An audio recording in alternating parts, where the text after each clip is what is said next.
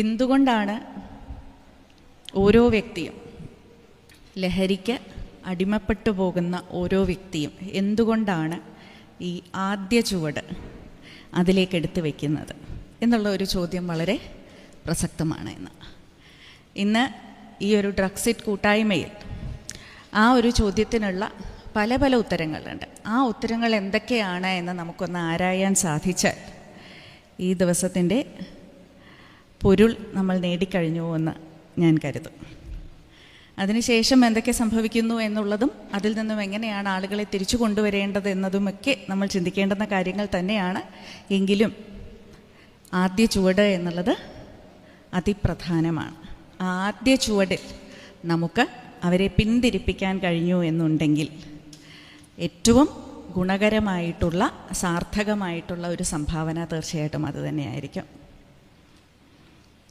പലരും കൗതുകത്തിന് വേണ്ടിയിട്ടാണ് ഇതിലേക്ക് പ്രവേശിക്കുന്നത് എന്ന് നമുക്കറിയാം. എന്നാൽ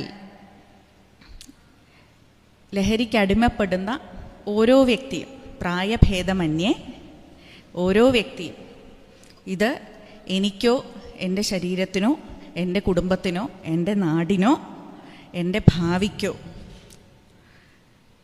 ഒരു വലിയ മുതൽക്കൂട്ടായി മാറും എന്ന മിഥ്യാധാരണയിലല്ല ഈ ആദ്യ ചുവടെടുത്ത് വയ്ക്കുന്നത്. ലഹരിക്ക് അടിമപ്പെടുന്ന ഏതൊരു വ്യക്തിയോട് നിങ്ങൾ ചോദിച്ചു നോക്കിയാലും, അബദ്ധത്തിൽ മറ്റാരെങ്കിലും കെണിയിൽപ്പെടുത്തുന്നവരുടെ കാര്യമല്ല ഞാൻ പറയുന്നത്, നമ്മൾ സ്വതവേ ബോധപൂർവം ഒരു തീരുമാനമെടുത്ത് ഈ ആദ്യ ചുവട് വയ്ക്കുന്ന വ്യക്തികൾ, ഇവരെല്ലാവരും ഒന്നുകിൽ നമ്മുടെ സുഹൃത്തുക്കളൊക്കെ ഇതൊക്കെ ഒന്ന് പരീക്ഷിച്ച് നോക്കുന്നുണ്ട്, ഈ പ്രായത്തിൽ അതൊക്കെ നമ്മളും ചെയ്യണം എന്നുള്ള ഒരു ചെറിയ കൗതുകത്തിൻ്റെ പേരിലായിരിക്കും കയറുക. അല്ലെങ്കിൽ ഇതിൻ്റെ എന്താണ് ദൂഷ്യവശങ്ങൾ, എന്താണ് ഭവിഷ്യത്ത് എന്നുള്ളതെല്ലാം പൂർണ്ണമായും മനസ്സിലാക്കിയതിന് ശേഷവും അതിലൂടെ കടന്നു പോവുക എന്നുള്ളത് അതിസാഹസികതയുടെ ഒരു പ്രതീകമാണ് എന്ന് കരുതിക്കൊണ്ട് അതിലേക്ക് കാലെടുത്ത് വെക്കുന്നവരുണ്ട്.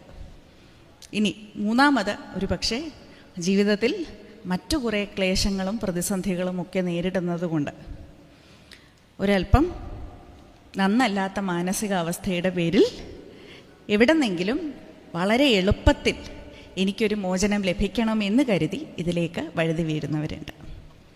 പ്രധാനമായും ഈ 3 കാരണങ്ങളാണ് ആളുകൾ പറയാറുള്ളത്. വസ്തുത എന്താണെന്നുള്ളത് കുറേ കൂടെ അവരുമായി സംസാരിച്ച് മനസ്സിലാക്കിയാലേ, കുറേ കൂടെ വ്യക്തികളുമായി സംസാരിച്ച് മനസ്സിലാക്കിയാലേ, കുറേ അധികം കഥകളും അനുഭവങ്ങളും നമ്മൾ പഠിച്ചാൽ മാത്രമേ നമുക്ക് തിരിച്ചറിയാൻ സാധിക്കുകയുള്ളൂ. എന്നാൽ ഈ 3 കാരണങ്ങളാണ് പൊതുവെ സാധാരണഗതിയിൽ നമ്മൾ ഒരു കൗൺസിലിംഗ് സെൻറ്ററിൽ പോയാൽ ഇത്തരത്തിലുള്ള വ്യക്തികളുമായി സംസാരിക്കുമ്പോൾ ആദ്യം കേൾക്കുന്ന കുറച്ച് കാരണങ്ങൾ. ഇനി ഒരു പ്രാവശ്യം അല്ലെങ്കിൽ 2 പ്രാവശ്യം അല്ലെങ്കിൽ 3 പ്രാവശ്യം ഈ പറഞ്ഞ കൗതുകത്തിന് വേണ്ടിയോ അല്ലെങ്കിൽ സാഹസികതയ്ക്ക് വേണ്ടിയോ അല്ലെങ്കിൽ ആശ്വാസത്തിന് വേണ്ടിയോ, ഈ 3 കാരണങ്ങളാണ് ഞാനിപ്പോൾ സൂചിപ്പിച്ചത്, 1, 2, 3 പ്രാവശ്യം ഈ മരുന്നുകൾ എന്നവയെ ശരിക്കും നമ്മൾ പറയാൻ പാടില്ല അല്ലേ? കാരണം മരുന്നെന്നുള്ളത് നമ്മുടെ ഒരു രോഗാനുവൃത്തിയിൽ നിന്ന് നമുക്ക് മുക്തി നേടുവാനായി നമ്മൾ ഉപയോഗിക്കുന്ന ഒരു കാര്യമാണ്. അതുകൊണ്ട് പദാർത്ഥം എന്ന് തന്നെ ഞാൻ പറയാം, അതായിരിക്കും കുറച്ചുകൂടെ ശരിയെന്ന് എനിക്ക് തോന്നുന്നു. അപ്പോൾ ഈ രാസവസ്തുക്കളും ലഹരി പദാർത്ഥങ്ങളും ഒക്കെ തന്നെ 1, 2, 3 പ്രാവശ്യം നമ്മൾ ഉപയോഗിച്ച് കഴിഞ്ഞാൽ അതിൽ നിന്നും തിരിച്ചു വരുവാൻ നമുക്ക് സാധിക്കാത്തത് എന്തുകൊണ്ടാണ്? ഇത് അടുത്ത പ്രസക്തമായ ചോദ്യമാണ്. ആദ്യത്തെ പ്രസക്തമായ ചോദ്യം ഈ ആദ്യ ചുവട് നമ്മൾ എന്തുകൊണ്ട് അതിലേക്ക് വയ്ക്കുന്നു എന്നുള്ളത്. രണ്ടാമത്തെ ചോദ്യം, ആദ്യ ചുവട് വെച്ച് കഴിഞ്ഞാൽ പിന്നെ ഇങ്ങോട്ട് തിരിച്ചു വരാൻ സാധിക്കാത്തത് എന്തുകൊണ്ടാണ് എന്ന്. ഞാനിവിടെ നമ്മൾ എന്നാണ് പറയുന്നത്. നേരത്തെ ബ്ലെസ്സി ചേട്ടൻ പറഞ്ഞതുപോലെ ഈ മുറിയിലിരിക്കുന്നവരാരും തന്നെ ലഹരി പദാർത്ഥങ്ങൾ ഉപയോഗിക്കുന്നവരല്ല എന്നെനിക്ക് പൂർണ്ണ ബോധ്യമുണ്ട്. എങ്കിലും ആ പദം ഞാൻ ഉപയോഗിക്കുവാനുള്ള കാരണം, നമുക്ക് they say that അടിമത്തം എന്നുള്ളത്, ഇപ്പോൾ നമ്മൾ പാശ്ചാത്യ രാജ്യങ്ങളിലൊക്കെ സ്ലേവറി എന്നുള്ളതൊരു വലിയ ചരിത്രപരമായിട്ടുള്ള ഒരു പോരാട്ടമായിരുന്നു അല്ലേ, അബോളിഷിങ് സ്ലേവറി എന്നുള്ളത്. അപ്പോൾ അടിമത്തത്തിൻ്റെ ചങ്ങലകളെ മുറിച്ച് കളയുക എന്നുള്ളത് വലിയൊരു പോരാട്ടമായിരുന്നു. ആ പോരാട്ടത്തിൽ വളരെ പ്രധാനപ്പെട്ട ഒരു സന്ദേശം ലോകത്തിന് നൽകിയിട്ടുണ്ടായിരുന്നു. എന്താണെന്ന് വെച്ചാൽ, if you want to abolish slavery, you not only stop becoming a slave, but you also stop becoming a master. അടിമത്തം ഇല്ലാതാക്കണമെന്നുണ്ടെങ്കിൽ, തുടച്ചു നീക്കണമെന്നുണ്ടെങ്കിൽ, ഞാൻ അടിമയാകില്ല എന്നുള്ളത് മാത്രമല്ല, ഞാൻ യജമാനനാകില്ല എന്നുള്ളത് നമ്മൾ തുല്യബോധത്തോടു കൂടി എടുത്തു പിടിക്കണം. ഈ ഒരു അടിമത്തത്തിൻ്റെ പോരാട്ടത്തിലും അതുതന്നെയാണ് നമുക്കുണ്ടാകേണ്ടുന്ന കാഴ്ചപ്പാട് എന്ന് ഞാൻ കരുതുകയാണ്. കാരണം നമ്മൾ ആരും തന്നെ ഇതിൽ നിന്നും ഒരു പടി മുകളിലാണ് എന്നുള്ള ബോധം നമുക്കുണ്ടാവരുത്.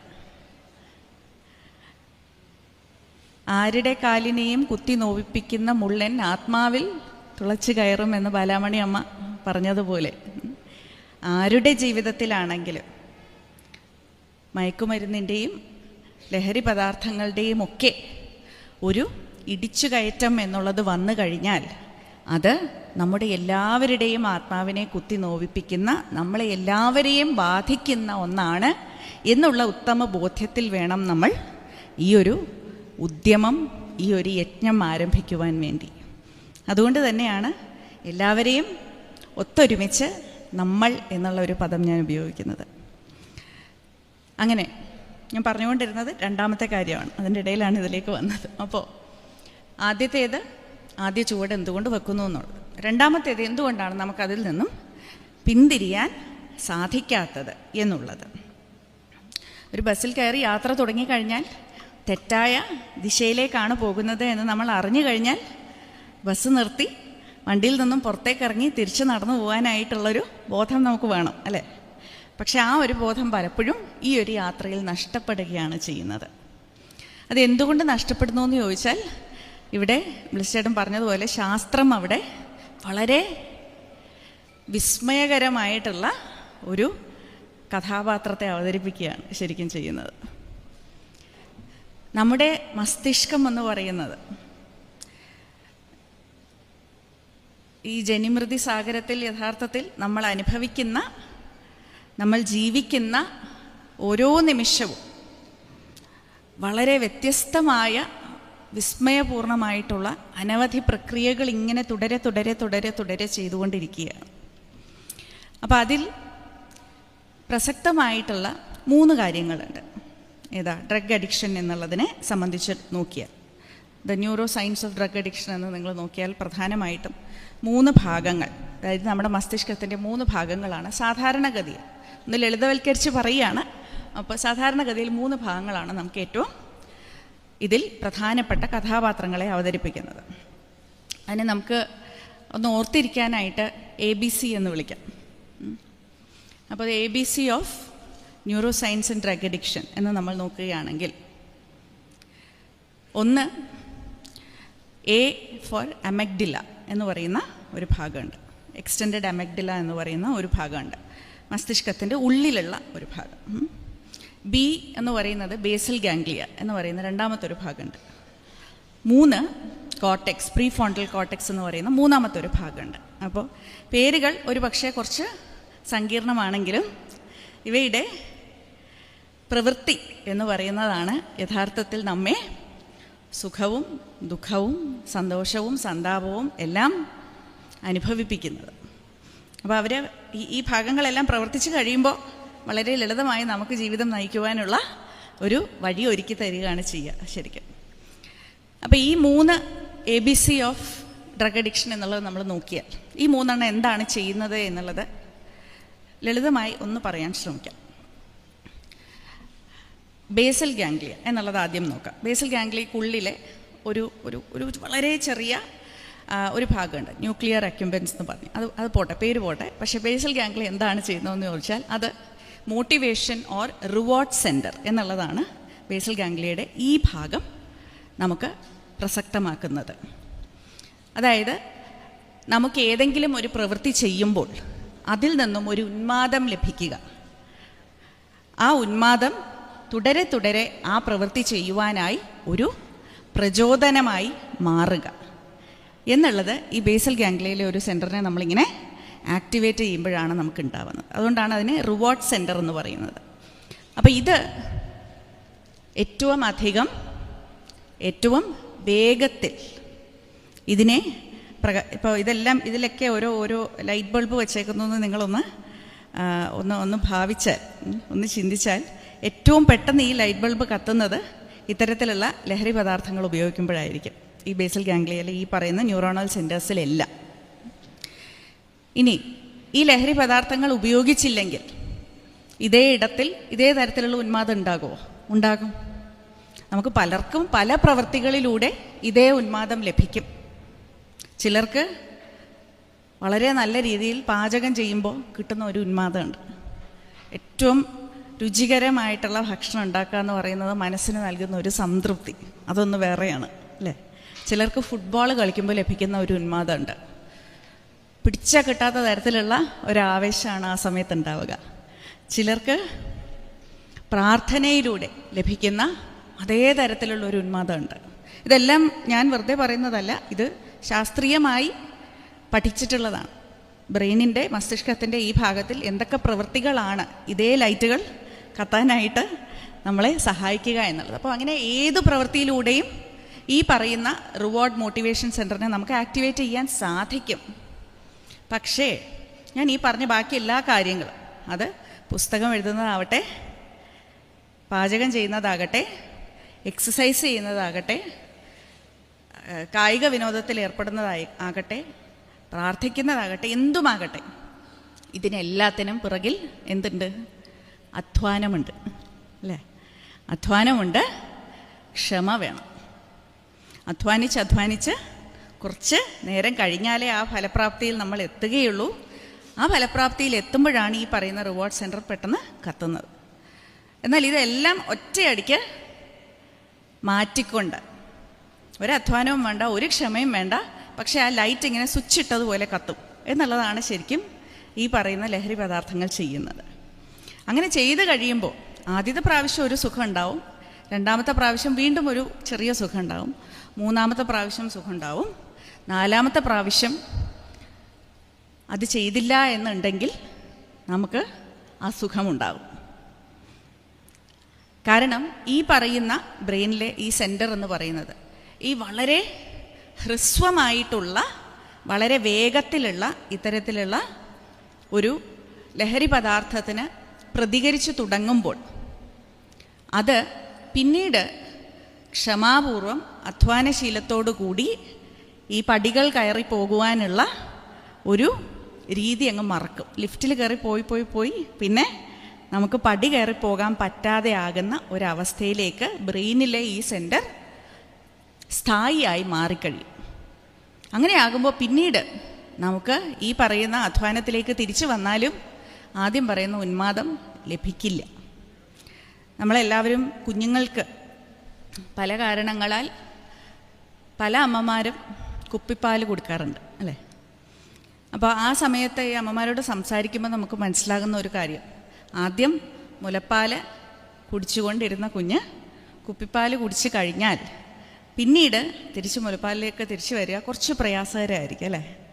കാരണം കുഞ്ഞിന് കുറേ കൂടെ അധ്വാനിക്കണം അമ്മയിൽ നിന്നും പാല് വലിച്ചെടുക്കുവാനായിട്ട്. കുപ്പിപ്പാലിൽ കുറച്ചുകൂടെ എളുപ്പത്തിൽ പാല് വായ്ക്കുള്ളിലേക്ക് പോകും എന്നുള്ളതുകൊണ്ട് അത് ജനിച്ച് വീഴുമ്പോൾ തൊട്ടുള്ള നമ്മുടെ ശരീരത്തിൻ്റെ ജൈവികമായിട്ടുള്ള ഒരു ശീലമാണ്.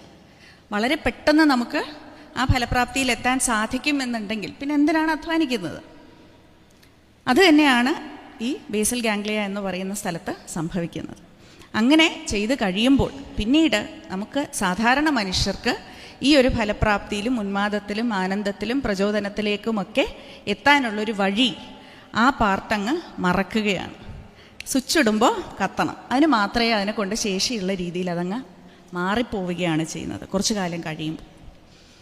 ഇനി അടുത്ത ഭാഗത്തിലേക്ക് വരാം. അമഗ്ഡില എന്ന് ഞാൻ പറഞ്ഞത്, ഈ അമഗ്ഡില എന്ന് പറയുന്നത് ഈ ഒരവസ്ഥയിൽ, അതായത് 1, 2, 3, 4 പ്രാവശ്യമൊക്കെ കഴിഞ്ഞ് നമ്മളൊരു അടിമത്തത്തിലേക്ക് ഇങ്ങനെ പോവുകയാണ്. ആ ഒരവസ്ഥയിൽ അതങ്ങ് കിട്ടുന്നില്ല എന്ന് വിചാരിക്കുക. ഈ പറയുന്ന ലഹരി പദാർത്ഥം നമുക്ക് കിട്ടുന്നില്ല എന്ന് വിചാരിക്കുക.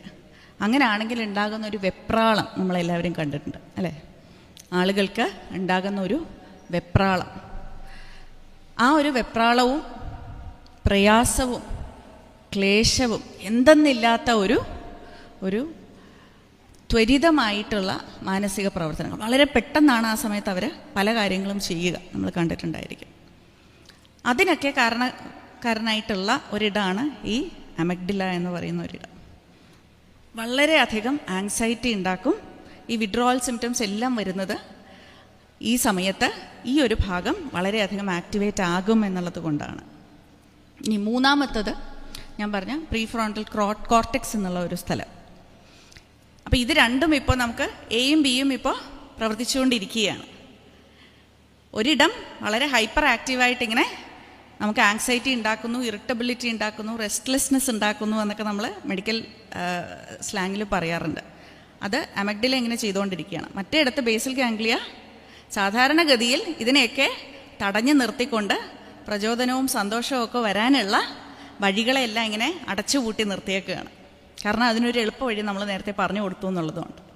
ഇത് കാരണം സംഭവിക്കുന്നത് ഈ പറയുന്ന കോർട്ടെക്സ് എന്നുള്ള ഒരിടത്തിൽ നമുക്ക് സംയമനത്തോടു കൂടി എങ്ങനെയാണ് പെരുമാറേണ്ടുന്നത്, എങ്ങനെയാണ് ഒരു സാമൂഹികമായ രീതിയിൽ ജീവിക്കേണ്ടത്, നമ്മൾ സമചിത്തതയോടുകൂടി എങ്ങനെയാണ് തീരുമാനങ്ങൾ എടുക്കേണ്ടത്, എന്താണ് ചെയ്യേണ്ടത്, എന്താണ് ചെയ്യേണ്ടാത്തത്, എന്താണ് ശരി, എന്താണ് തെറ്റ് എന്നൊക്കെയുള്ള മനുഷ്യൻ്റെ ഹയർ ഫങ്ഷൻസ് എന്ന് നമ്മൾ പറയുന്നതെല്ലാം ഈ പ്രീഫ്രോണ്ടൽ കോർട്ടെക്സിലാണ് നടക്കുന്നത്. അതെല്ലാം നമുക്ക് നഷ്ടമായി പോവുകയാണ് ചെയ്യുന്നത്. നമുക്കിപ്പോൾ ഈ ഒരു ഹാളിൽ ഇരുന്നു കൊണ്ട് പെട്ടെന്നൊരു വ്യക്തി അവിടെ ഇരിക്കുന്നതിന് പകരം മുകളിൽ കയറി ഈ ടേബിളിൽ കയറി വന്ന് ഡാൻസ് കളിക്കുന്നു എന്ന് വിചാരിക്കുക, അല്ലെങ്കിൽ നാട്ടുകാരുടെ മുന്നിൽ പെട്ടെന്ന് വിവസ്ത്രനാകുന്നു എന്ന് വിചാരിക്കുക, അല്ലെങ്കിൽ ഒരു കത്തി എടുത്തുകൊണ്ട് നിന്നെ ഞാൻ കുത്തുമെന്ന് പറയുന്നു എന്ന് വിചാരിക്കുക. ഇത്തരത്തിലുള്ള പ്രവൃത്തികൾ ഈ അവസരത്തിന് യോജിച്ചതല്ല, ഈ കൂട്ടായ്മയ്ക്ക് യോജിച്ചതല്ല, ഈ സമൂഹത്തിൽ അംഗീകൃതമല്ല, നമ്മളത് ചെയ്യാൻ പാടില്ലാത്തതാണ് എന്നൊക്കെയുള്ള ഒരു ഉത്തമ ബോധ്യം നമുക്കുണ്ട് എന്നുണ്ടെങ്കിൽ നമ്മുടെ പ്രീഫ്രോണ്ടൽ കോർട്ടെക്സ് എന്ന് പറയുന്നത് അതിൻ്റെ ജോലി കൃത്യമായി ചെയ്യുന്നു എന്നാണ് അതിൻ്റെ അർത്ഥം.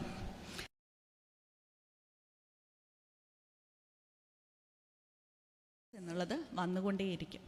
അവർക്ക് എന്താണ് ചെയ്യേണ്ടുന്നത്, എന്താണ് ചെയ്യേണ്ടാത്തത്, ഒരൊറ്റ ക്ഷണം നേരം കൊണ്ട് ഒരു മനുഷ്യനെ കൊലപ്പെടുത്തുവാൻ അവർക്ക് സാധിക്കുന്നത് എങ്ങനെയാണെന്ന് നമ്മളിങ്ങനെ വിസ്മയിപ്പിക്കുന്ന ഒരുപാട് അനുഭവങ്ങൾ നമ്മൾ കണ്ടിട്ടുണ്ട്, കേട്ടിട്ടുണ്ട്.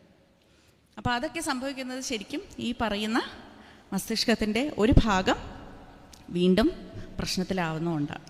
അപ്പോൾ ഈ ABC എന്നുള്ളതാണ് ശരിക്കും അതിൻ്റെ പിന്നിലുള്ള ശാസ്ത്രം എന്ന് ലളിതവൽക്കരിച്ച് നമുക്ക് പറയാൻ സാധിക്കുന്നത്. ഒരു പക്ഷേ ഈ ശാസ്ത്രം മനസ്സിലാക്കി കഴിഞ്ഞാൽ ഇതിൻ്റെ ഏതൊക്കെ ഭാഗത്തിലാണ് നമുക്ക് ഇടപെടൽ നടത്താൻ സാധിക്കുക എന്നുള്ളതിനെക്കുറിച്ച് നമുക്ക് കുറേ കൂടെ വ്യക്തമായി ചിന്തിക്കാൻ കഴിയും എന്നുള്ളതിൽ യാതൊരു സംശയവുമില്ല. ഇനി ഈ ABCയിൽ നിന്ന് തന്നെ നമുക്ക് അതിനുള്ള ഒരു ഉത്തരത്തിലേക്കും കൂടി പോകേണ്ടതായിട്ടുണ്ട് അല്ലേ? അതും അതുപോലെ തന്നെ നമുക്ക് ചിന്തിക്കാമെന്ന് എനിക്ക് തോന്നുന്നു. ആദ്യത്തേത്, നമ്മൾ ആദ്യം പറഞ്ഞ കാര്യം എന്തായിരുന്നു? അധ്വാനം എന്നുള്ളത്. എന്നോട് ചോദിച്ചാൽ നമ്മുടെ യുവതലമുറയ്ക്ക്, നമ്മുടെ കുട്ടികൾക്ക് ലഹരി പദാർത്ഥങ്ങൾ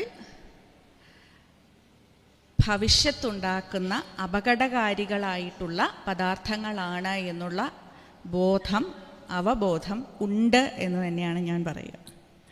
ഇതറിയാതെ ഇതിലേക്ക് എടുത്ത് ചാടുന്നവരുടെ എണ്ണം വളരെ കുറവാണ്. അതുകൊണ്ട് തന്നെ ലഹരിക്ക് അടിമപ്പെടുന്ന കുട്ടികളിൽ ഭൂരിഭാഗം പേരും ഇതെന്താണ് എന്ന് മനസ്സിലാക്കിക്കൊണ്ട് ഇതിലേക്ക് കാലെടുത്ത് വയ്ക്കുന്നവരാണ്. അപ്പോൾ ഈ അടിമത്തത്തിന് എതിരായി നമ്മൾ പ്രവർത്തിക്കുമ്പോൾ, അല്ലെങ്കിൽ ഇതിനെതിരായി നമ്മൾ പോരാടുമ്പോൾ, അവബോധം എന്നത് മാത്രം അതിന് ഉത്തരമല്ല. അവബോധമല്ല, മറിച്ച് അധ്വാനമാണ് അടിമത്തത്തിൻ്റെ വിപരീതമെന്ന് ഞാൻ പറയും ഇവിടെ. അതിൻ്റെ ശാസ്ത്രവും കൂടി മനസ്സിൽ വെച്ചുകൊണ്ടാണ് ഞാൻ ഈ പറയുന്നത്. അറിവ് മാത്രം പോരാ, അവബോധം മാത്രം പോരാ, മറിച്ച് അധ്വാനശീലങ്ങൾ നമുക്ക് കുട്ടികളിൽ വളർത്താൻ സാധിക്കണം. അധ്വാനശീലങ്ങൾ വളർത്തുമ്പോൾ മാത്രമേ ഈ പറഞ്ഞ നമ്മുടെ റിവാർഡ് സെൻറ്റർ, മോട്ടിവേഷൻ സെൻറ്റർ എന്നുള്ളത് അധ്വാനിച്ച് അതിൽ നിന്നും ഒരു സംതൃപ്തി കണ്ടെത്താനും ഉന്മാദം കണ്ടെത്താനുമുള്ള നമ്മുടെയൊക്കെ ശീലങ്ങൾ വീണ്ടും പഠിച്ചെടുക്കൂ. അങ്ങനെ പഠിച്ചെടുത്താൽ മാത്രമേ ഈ ക്ഷണനേരത്തിൽ ലഭിക്കുന്ന ഉന്മാദത്തിന് വിട പറയാനായിട്ട് അവർക്ക് സാധിക്കൂ. കേരളത്തിൽ നമുക്ക് അങ്ങോളം ഇങ്ങോളമുള്ള ഇപ്പോൾ ഒരു കാലഘട്ടത്തിൽ ഗ്രന്ഥശാല പ്രസ്ഥാനം എന്നുള്ളത് അല്ലെങ്കിൽ നാടകങ്ങളുടെ പ്രസ്ഥാനം എന്നുള്ളത് എത്രമാത്രമാണ് സാമൂഹികമായി ഒരു വലിയ പരിവർത്തനത്തിന് തുടക്കം കുറിച്ചതെന്ന് നമുക്കറിയാം. അതുപോലെ ഇന്ന് നമുക്ക് അധ്വാന ശില്പശാലകൾ കേരളത്തിൽ അങ്ങോളം ഇങ്ങോളം ഉണ്ടാകണം. കുട്ടികൾക്ക് വന്ന് അധ്വാനിക്കുവാൻ ഒരിടം, അത് യഥാർത്ഥത്തിൽ നമ്മുടെ സമൂഹത്തിൽ ഇന്നില്ല. പണ്ട് നമ്മുടെയൊക്കെ വീടുകളുണ്ടായിരുന്നു. ഇന്ന് സ്വന്തം വീടുകളിൽ എത്ര കുട്ടികളാണ് അധ്വാനിക്കുന്നത്? അത് സോഷ്യൽ സ്റ്റേറ്റസിൻ്റെ പേരിൽ മാത്രമല്ല ഞാൻ പറയുന്നത്. എത്ര സമ്പന്നരാണെങ്കിലും അല്ലെങ്കിലും ഒക്കെ തന്നെ എത്ര കുട്ടികളാണ് വേറൊരു ഗതിയില്ല എന്നുള്ള ഒരവസ്ഥയിൽ മാത്രമാണ് യഥാർത്ഥത്തിൽ അധ്വാനിക്കുന്നത്. പക്ഷെ അധ്വാനിക്കുന്നത് മനുഷ്യൻ്റെ മനസ്സിനും മതിക്കും വേണ്ടിയിട്ടാണ് എന്ന ചിന്തയോടുകൂടി, എന്ന അറിവോടുകൂടി നമ്മൾ അധ്വാനിക്കാൻ ഇറങ്ങിത്തിരിക്കുന്നില്ല. ഇപ്പോൾ ഇന്നിവിടെ വളരെ മനോഹരമായിട്ടൊരു ക്വയർ സംഘം ഉണ്ടായിരുന്നു, പാട്ടുപാടി. എനിക്കത് കണ്ടപ്പോൾ വലിയ സന്തോഷമായിരുന്നു. പലയിടത്തും ഞങ്ങൾ പോകുമ്പോൾ എൻ്റെ കുഞ്ഞിനെ ചെണ്ടമേളവും ഇതൊക്കെ ഭയങ്കര ഇഷ്ടമാണ്. അപ്പോൾ ചില സ്ഥലങ്ങളിൽ ഇതുപോലെ പൊതുവേദികളിൽ പോകുമ്പോൾ ചെണ്ടമേളത്തിൻ്റെ നല്ല സൗണ്ട് കേൾക്കും. അപ്പോൾ അവൻ പെട്ടെന്ന് എന്നോട് ചോദിക്കും, എവിടെ ചെണ്ട മാമ എവിടെ, ചെണ്ട മാമ എവിടെയെന്ന് ചോദിക്കും. പോയി കാണണം, ചെണ്ട കൊട്ടുന്നത് കാണും. അപ്പോൾ ചെണ്ട കൊട്ടുന്നത് കാണുമ്പോൾ അതിൻ്റെ ഓരോ ചെറിയ സൂക്ഷ്മമായി അവനെ നിരീക്ഷിക്കാറുണ്ട്. അവരെങ്ങനെയാണ് കൊട്ടുന്നത്, കയ്യിലെങ്ങനെ പിടിക്കും എന്നൊക്കെയുള്ളത്. അപ്പോൾ പലയിടങ്ങളിലും പോകുമ്പോഴത്തേക്കും ഇപ്പോൾ ചെണ്ടമേളക്കാർ വന്ന് കൊട്ടുന്നത് നമുക്ക് കാണാൻ സാധിക്കില്ല. കാരണം അതിനൊരു എളുപ്പ വഴിയുണ്ട്, റെക്കോർഡ് ചെയ്ത് വെച്ച് ഒന്ന് പ്ലേ ചെയ്യാമെന്നുള്ളൊരു എളുപ്പ വഴി. അപ്പോൾ അതല്ലാതെ ഇന്ന് കൊയർ സംഘം വന്ന് നമ്മുടെ മുന്നിൽ പാടുന്നു എന്നുള്ളത് ഈ അധ്വാനശീലത്തിൻ്റെ ഒരു പ്രകാശനമാണ്. അത് നമ്മൾ കാണുന്നില്ല, അത് നമ്മൾ തിരിച്ചറിയുന്നില്ല. അങ്ങനെ ഈ സമൂഹത്തിൽ ഓരോ ഇടങ്ങളിലും നമുക്ക് എത്ര വേഗത്തിലാണ് ഒരു കാര്യം നടത്താൻ സാധിക്കുക, എങ്ങനെയാണ് കുറുക്ക് വഴിയിലൂടെ, എളുപ്പ വഴിയിലൂടെ ഒരു കാര്യം നടത്താൻ സാധിക്കുക എന്നുള്ളത് നമ്മളിങ്ങനെ അന്വേഷിച്ചുകൊണ്ടേയിരിക്കുകയാണ്. മനുഷ്യൻ്റെ അധ്വാനശീലം കുറയ്ക്കുവാൻ വേണ്ടി സാങ്കേതിക വിദ്യയും ആധുനികതയും ഒക്കെ ഒരുപാട് സംഭാവനകൾ നൽകിയിട്ടുണ്ട്. അതെല്ലാം എടുത്തു മാറ്റണം എന്നല്ല ഞാൻ പറയുന്നതിൻ്റെ അർത്ഥം. പക്ഷേ ഇപ്പോൾ എൻ്റെ കുഞ്ഞിന് ചെടി നടാനായിട്ട് അവൻ പുറത്തിറങ്ങുമ്പോൾ, ഒരല്പ സ്ഥലമുണ്ട് വീട്ടിൻ്റെ മുന്നിൽ. അപ്പോൾ ചെടി നടാനായിട്ട് പുറത്തേക്ക് ഇറങ്ങുമ്പോൾ ഞാനും അമ്മയും ഒക്കെ കുറച്ചൊക്കെ പറഞ്ഞു കൊടുക്കും എങ്ങനെയാണ് ചെയ്യേണ്ടത് എന്നുള്ളത്, അല്ലെങ്കിൽ ഞങ്ങൾ ചെയ്യുമ്പോഴൊക്കെ കാണും. പക്ഷേ ഇപ്പോൾ ഈ സമ്മർ വെക്കേഷൻ വന്നപ്പോൾ ഞാൻ ഓർത്തു പാചകം ചെയ്യാൻ, ഈ ഗാർഡനിങ് എങ്ങനെയാണ് ചെയ്യേണ്ടത് എന്നുള്ളത് നോക്കാനായിട്ട്, ഇതൊക്കെ കുട്ടികൾക്ക് പരസ്പരം ചെയ്ത് പഠിക്കാനായിട്ട് ഏതെങ്കിലും ഒരു ഇടമുണ്ടോ എന്നുള്ളത് ഞാൻ ആവുന്നത് അന്വേഷിച്ചു. 2 മാസമായിട്ട് ഒരിടവുമില്ല. ഫുട്ബോൾ പഠിപ്പിക്കുന്ന സ്ഥലമുണ്ട്, പാട്ട് പഠിപ്പിക്കുന്ന സ്ഥലമുണ്ട്, എഴുതാൻ പഠിപ്പിക്കുന്ന സ്ഥലമുണ്ട്, ഒക്കെ ശരിയാണ്. പക്ഷേ അധ്വാനിക്കാൻ പഠിപ്പിക്കുന്ന സ്ഥലങ്ങളില്ല. അത് വീടുകളിൽ ഒന്നുകിൽ കുട്ടികളെ അധ്വാനശീലരായി വളർത്തണം. അങ്ങനെ വീടുകളിൽ വളർത്താൻ സാധിക്കില്ല എന്നുണ്ടെങ്കിൽ ഒരു സമൂഹം എന്ന നിലയിൽ നമ്മൾ അതിനെ ഏറ്റെടുക്കണം. അധ്വാനശീലരായി കുഞ്ഞുങ്ങൾ വളരണം. അത് മാത്രമേ ഉള്ളൂ ഇതിനുള്ള പരിഹാരമെന്നാണ് എൻ്റെ എളിയ അഭിപ്രായം. എത്ര അവബോധം നടത്തിയാലും അധ്വാനശീലം എന്നുള്ളത് വളരെ പ്രധാനമാണ്.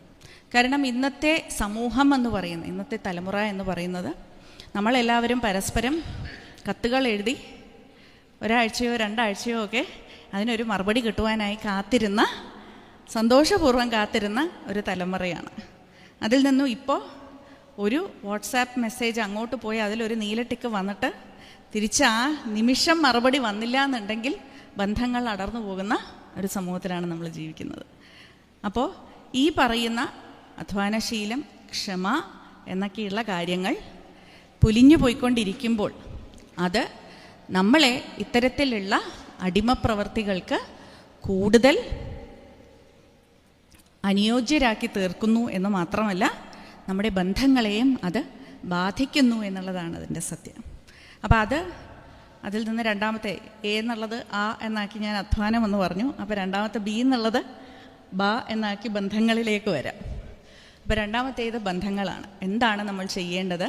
നമ്മുടെ കുഞ്ഞുങ്ങൾ ഈ കെണിയിൽ പെട്ടുപോകാതിരിക്കാൻ എന്നുള്ളതിന് ഏറ്റവും അധികം ബന്ധങ്ങളുള്ള വ്യക്തികൾ തന്നെയാണ് ലോകത്തിൽ ഏറ്റവും സമ്പന്നരായിട്ടുള്ളവർ എന്ന് നമ്മുടെയൊക്കെ ജീവിതം നമ്മെ പഠിപ്പിച്ചിട്ടുണ്ട്. പക്ഷേ ഈ ബന്ധങ്ങൾ എന്ന് പറയുന്നത് ആരാണ് എന്താണ് എന്നൊന്നും അറിയാതെ ഒരു ക്ഷണനേരത്തിൽ പറന്നു വന്നിരിക്കുകയും അടുത്ത ക്ഷണനേരത്തിൽ തിരിച്ച് പറന്നു പോവുകയും ചെയ്യുന്ന ബന്ധങ്ങളെക്കുറിച്ചല്ല ഞാൻ പറയുന്നത്. കെട്ടുറപ്പുള്ള ആത്മാർത്ഥമായിട്ടുള്ള ബന്ധങ്ങൾ നമ്മുടെ കുട്ടികൾക്കുണ്ടാവണം എന്നുള്ളത് വളരെ പ്രധാനപ്പെട്ട ഒരു വിഷയമാണ്. ബന്ധങ്ങളുടെ രൂപവും ഭാവവും എല്ലാം മാറി വരുന്ന ഒരു കാലഘട്ടത്തിലൂടെയാണ് നമ്മൾ കടന്നു പോകുന്നത് എന്ന് നമുക്കറിയാം. ഗൂഢമൻ നെഞ്ചിൽ നിന്ന് ഊരിയെറിഞ്ഞു ഞാൻ വാടിയ പൂക്കൾ തൻ മാല്യം എന്ന ബാലാമണിയമ്മയുടെ തന്നെ മറ്റൊരു കവിതയിലെ ഒരു വരിയാണ്. അത്തരത്തിലുള്ള ഗൂഢമൻ നെഞ്ചിൽ നിന്ന് ഊരിയെറിഞ്ഞു ഞാൻ വാടിയ പൂക്കൾ തൻ മാല്യം, ജീവിതാനന്ദം എന്ന പ്രായമാകുമ്പോൾ ആ ഒരു പ്രായത്തിൽ എങ്ങനെയാണ് നമ്മൾ സമാധാനത്തോടുകൂടി ജീവിത അന്ത്യത്തിലേക്ക് കടക്കുക ആനന്ദപൂർവ്വം എന്നുള്ളത് പറയുന്ന ഒരിടമാണ്. അത് അന്ത്യത്തിൽ മാത്രമല്ല, ആരംഭം മുതൽ തന്നെ യഥാർത്ഥത്തിൽ നമ്മുടെ മനസ്സിലൊക്കെയുള്ള വാടിയ പൂക്കളുടെ മാല്യം എടുത്തു നമ്മൾ കളഞ്ഞുകൊണ്ടേയിരിക്കണം. പുതിയ പൂക്കൾ വരുവാൻ, പുതിയ പുഷ്പങ്ങൾ കിളിർക്കുവാനായി. അത് നമുക്ക് ഒറ്റയ്ക്ക് ചെയ്യാൻ പറ്റുന്നൊരു കാര്യമല്ല. നമുക്ക് അതിനായിട്ടുള്ള ഒരു വൃക്ഷത്തിന് പുഷ്പിക്കാൻ എന്തൊക്കെയാണ് അനുയോജ്യമായിട്ടുള്ള സാഹചര്യങ്ങൾ വേണോ, സൗകര്യങ്ങൾ വേണോ, അതെല്ലാം മനുഷ്യനും വേണം അല്ലേ? നല്ല മണ്ണുണ്ടാകണം, വെള്ളം ഉണ്ടാവണം, പ്രകാശം ഉണ്ടാവണം, മറ്റു പുഷ്പങ്ങളും മറ്റ് ചെടികളും ഒക്കെ കൂടെ ഉണ്ടെങ്കിൽ അതിലും സന്തോഷം. അപ്പോൾ അങ്ങനെ ഒരു മനോഹരമായൊരു ഉദ്യാനമായി നമ്മുടെ ജീവിതം മാറണമെന്നുണ്ടെങ്കിൽ കെട്ടുറപ്പുള്ള ബന്ധങ്ങൾ നമുക്കുണ്ടാകണം എന്നത് അതിപ്രധാനമാണ്. അത്തരത്തിൽ ബന്ധങ്ങൾ സൃഷ്ടിച്ചെടുക്കുവാൻ നമ്മുടെ കുഞ്ഞുങ്ങളെ പ്രചോദിപ്പിക്കണം എന്നുള്ളതാണ് രണ്ടാമത് നമുക്ക് ചെയ്യാൻ കഴിയുന്ന ഏറ്റവും വലിയ കാര്യം. കാരണം ഒരു സേഫ്റ്റി നെറ്റ് എന്നുള്ളത് വളരെ പ്രധാനമാണ്.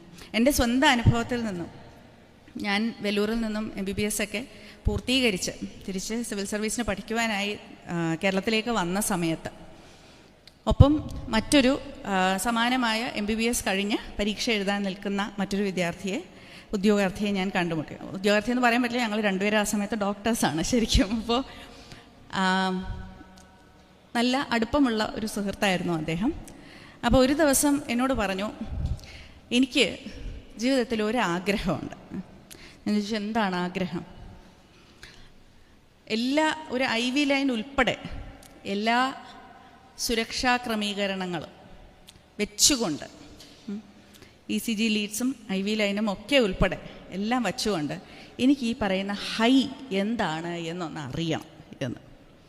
എൻ്റെ ആരോഗ്യത്തിന് പ്രശ്നമൊന്നും വരാൻ പാടില്ല. അതുകൊണ്ട് ഞാൻ ഡോക്ടർ ആയതുകൊണ്ട് എൻ്റെ ഡോക്ടർ സുഹൃത്തുക്കളെയൊക്കെ ചുറ്റും നിർത്തിക്കൊണ്ട് തന്നെ എനിക്ക് ഇതൊന്ന് പരീക്ഷിക്കണം എന്ന് പറഞ്ഞു എന്നോട്. അപ്പം ഞാൻ ചോദിച്ചു, എന്തിനാണ് ഇത് പരീക്ഷിക്കുന്നത്?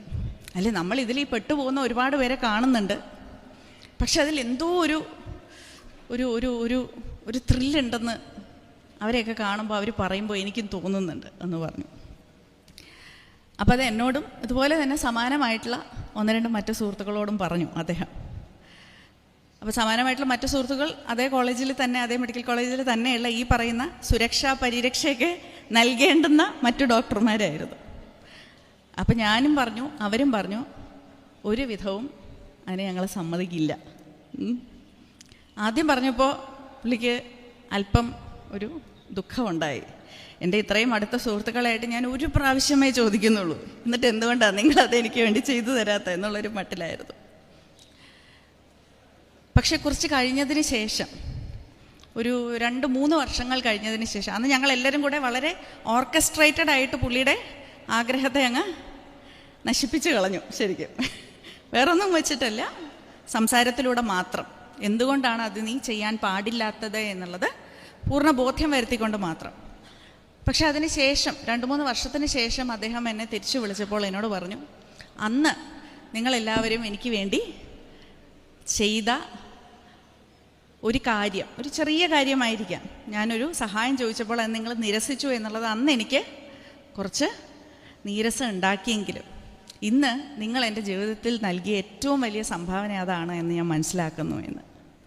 അദ്ദേഹം ഇപ്പോൾ വളരെ വലിയൊരു വളരെ എസ്റ്റാബ്ലിഷ്ഡ് ആയിട്ടുള്ള ഒരു ഡോക്ടറാണ്. ഒരുപാട് പേർക്ക് സഹായം നൽകുന്ന ഒരു മനുഷ്യനാണ്. ആധ്യാത്മികമായി വളരെ മുന്നാക്കം നിൽക്കുന്ന ഒരു മനുഷ്യനാണ്, ഒക്കെയുണ്ട്. അപ്പോൾ എല്ലാവർക്കും ആ ഒരു നിമിഷം ഉണ്ടായേക്കാം എന്നുള്ളതിനും കൂടി വേണ്ടിയിട്ടാണ് ഞാൻ ഈ പറഞ്ഞത്. ആ സമയത്ത് ബന്ധങ്ങൾ എന്നുള്ളത് നമ്മുടെ സുരക്ഷയ്ക്കും നമ്മുടെ പരിരക്ഷയ്ക്കുമായി മുന്നോട്ട് വരുന്ന ബന്ധങ്ങളായിരിക്കണം. ഇത് തുറന്ന് പറയുവാനുള്ളൊരു അടുപ്പുണ്ടായിരുന്നു എന്നുള്ളത് തന്നെ ആ ബന്ധത്തിൻ്റെ ഒരു വലിപ്പത്തിനെ കാണിക്കുകയാണ്, അല്ലേ? അപ്പോൾ അതാണ് രണ്ടാമത്തെ കാര്യം, ബന്ധങ്ങൾ എന്നുള്ളത്. ആദ്യം നമ്മൾ പറഞ്ഞത് അധ്വാനശീലം വളർത്തുക, രണ്ടാമത്തേത് ബന്ധങ്ങൾ കെട്ടുറപ്പോടുകൂടി ഉണ്ടാക്കുക എന്നുള്ളത്. മൂന്നാമത്തേത് തീർച്ചയായിട്ടും സർഗാത്മികത തന്നെയാണ്.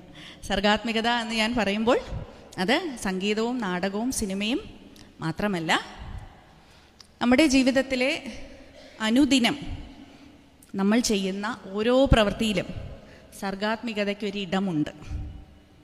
ഞാൻ ഈ പറഞ്ഞ പാചകം മുതൽ തയ്യൽ മുതൽ പ്രാർത്ഥന മുതൽ നമ്മുടെ തൊഴിലിടങ്ങൾ നമ്മൾ എങ്ങനെയാണ് സൃഷ്ടിച്ചെടുക്കുന്നത് എന്നുള്ളത് മുതൽ എല്ലാ കാര്യങ്ങളിലും സർഗാത്മികതയുടെ ഒരു ശീലുണ്ട്.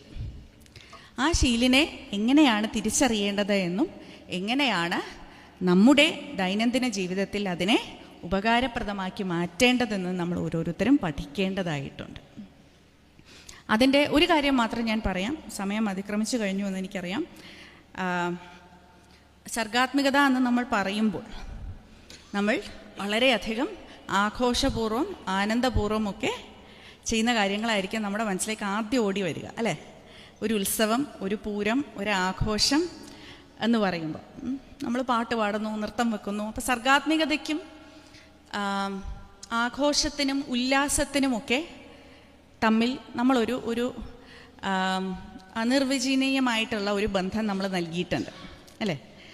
ഇറ്റ്സ് ഫോർ എൻ്റർടൈൻമെൻറ്റ് എന്നുള്ളതാണ് നമ്മൾ പലപ്പോഴും ചിന്തിക്കുന്നത്. ക്രിയേറ്റീവ് പ്രോസസ്സസ് ഫോർ എൻ്റർടൈൻമെൻറ്റ് എന്നുള്ളത് എന്നെ സംബന്ധിച്ചിടത്തോളം അതൊരു തെറ്റായ ധാരണയാണ് എന്നാണ് എനിക്ക് തോന്നിയിട്ടുള്ളത്.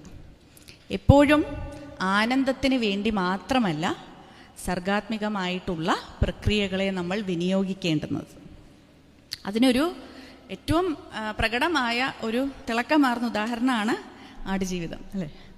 ആടുജീവിതം എന്നുള്ള പുസ്തകം, ആടുജീവിതം എന്നുള്ള സിനിമ മലയാളികളുടെ മാത്രമല്ല, അപ്പോൾ ഭാഷയ്ക്കുപരിയായി അതിപ്പോൾ ഒരു വലിയ ഒരു വിജയമായി മാറിക്കഴിഞ്ഞിരിക്കുന്നു എന്നുണ്ടെങ്കിൽ അതിൽ ആനന്ദം കണ്ടെത്തിയത് കൊണ്ടല്ല, അല്ലേ?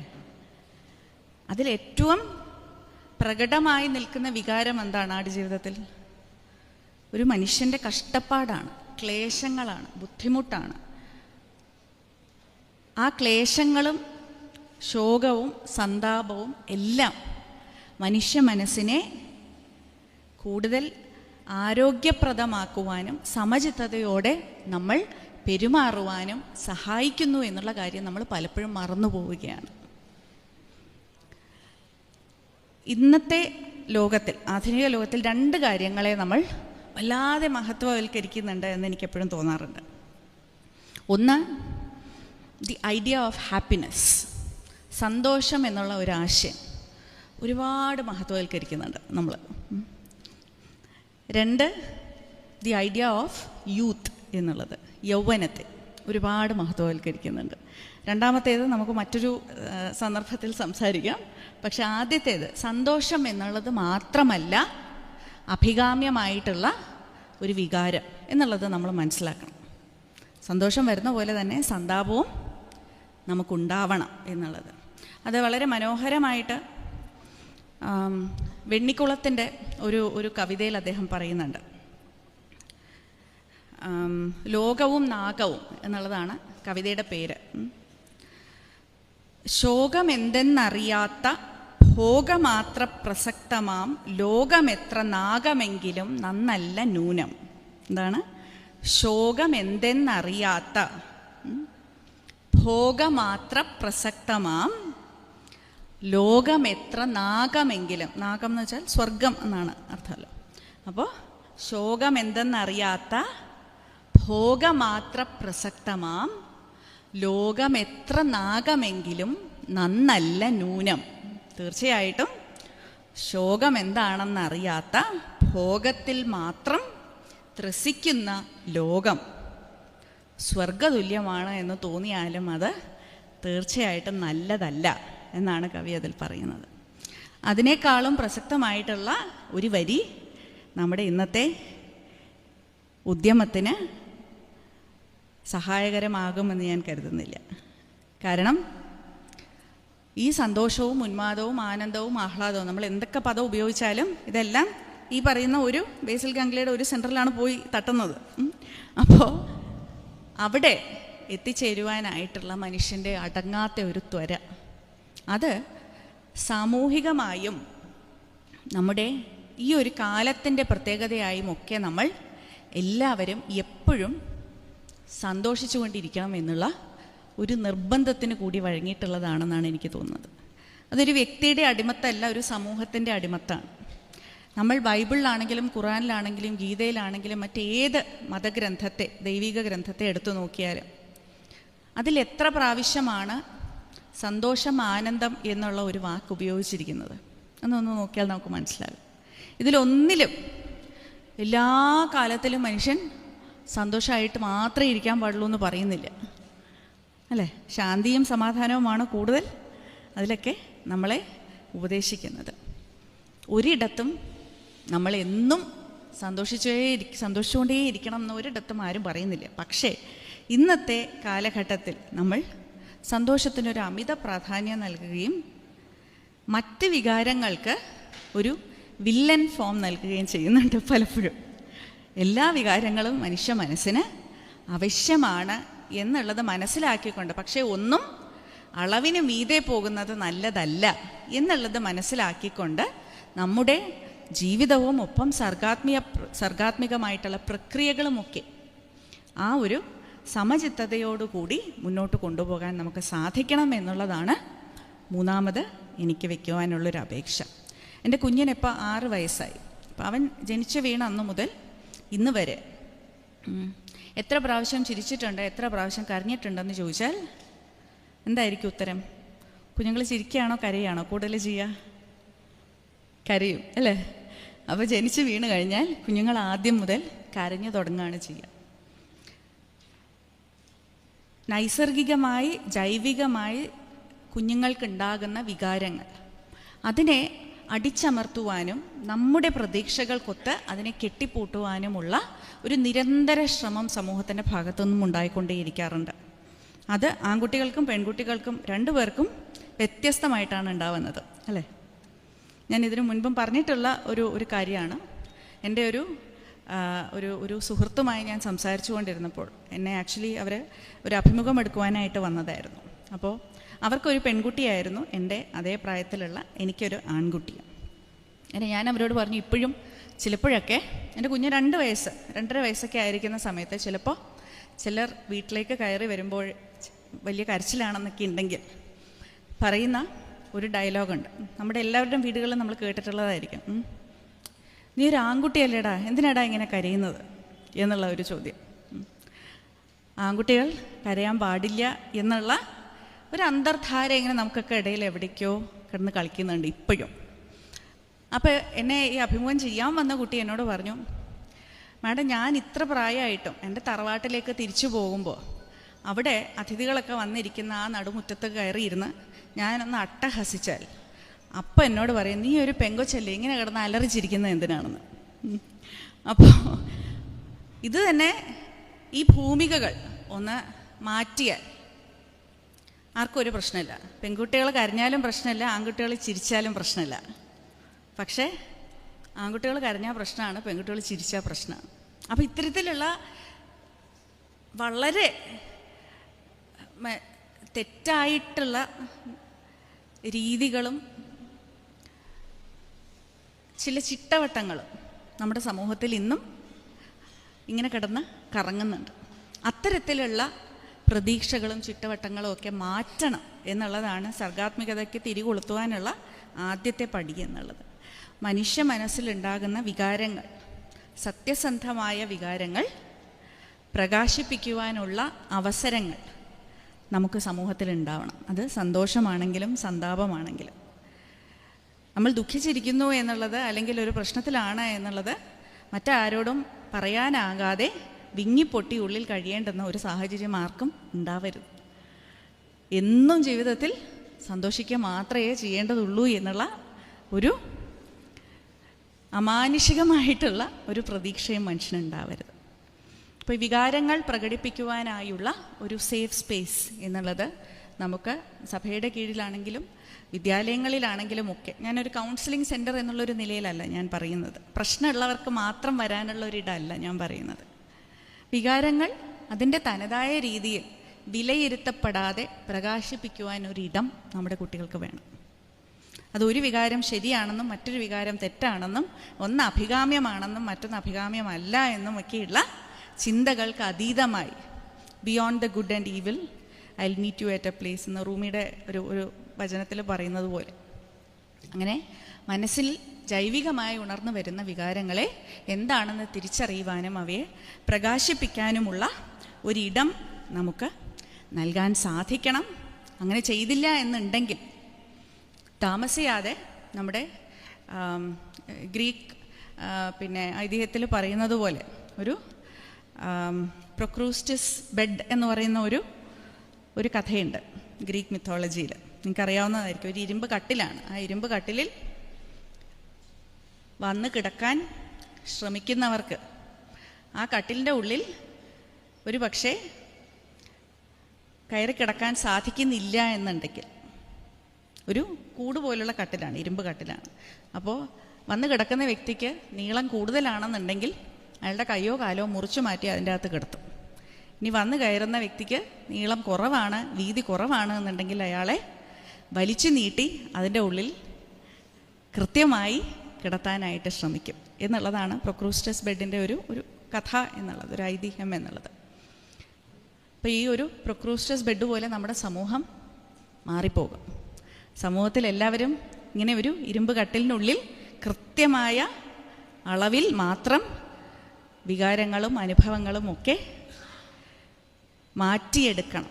ഒന്നുകിൽ അതിനെ അടിച്ചു പരത്തി ഇതിൻ്റെ ഉള്ളിൽ കൃത്യമായും വെക്കണം, അല്ലെങ്കിൽ മുറിച്ച് കളഞ്ഞ് അതിൻ്റെ ഉള്ളിൽ എത്രയാണോ കൊള്ളുന്നത് അത് മാത്രം അതിൻ്റെ അകത്ത് ഇടുക. നമ്മൾ കേക്ക് ബേക്ക് ചെയ്യാനായിട്ട് ബേക്കിംഗ് ട്രെയിൻ്റെ അകത്ത് എടുത്ത് വെക്കുന്ന പോലെയാണ്.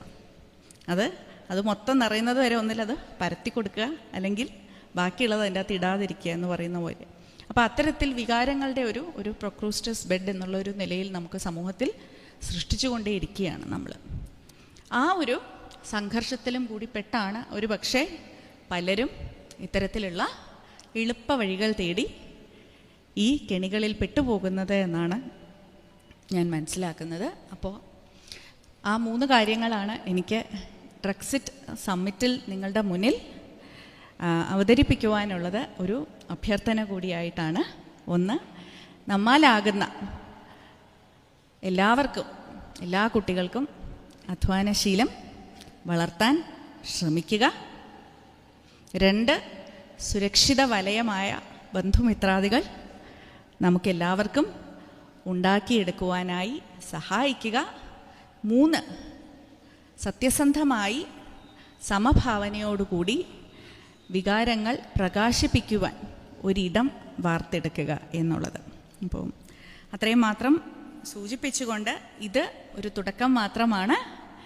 ഇനി മുന്നോട്ട് വളരെ കാര്യക്ഷമമായി പ്രവർത്തിക്കുവാൻ നമുക്കെല്ലാവർക്കും ഒത്തുചേർന്ന് സാധിക്കും എന്നുള്ള ഉത്തമ വിശ്വാസത്തിൽ വീണ്ടും കൂടുതൽ വ്യക്തികൾക്കൊപ്പം നമുക്ക് ഈ സന്ദേശങ്ങൾ പങ്കുവെക്കുവാനും സാധിക്കട്ടെ എന്ന് ആഗ്രഹിച്ചുകൊണ്ട് ഡ്രക്സിറ്റ് സമ്മിറ്റിലേക്ക് എന്നെ ക്ഷണിച്ച എല്ലാവർക്കും, പ്രത്യേകിച്ചും തിരുമേനിക്ക് ഹൃദയം നിറഞ്ഞ നന്ദിയും സ്നേഹവും എൻ്റെയും എൻ്റെ കുടുംബത്തിൻ്റെയും വക ഇവിടെ രേഖപ്പെടുത്തുകയാണ്.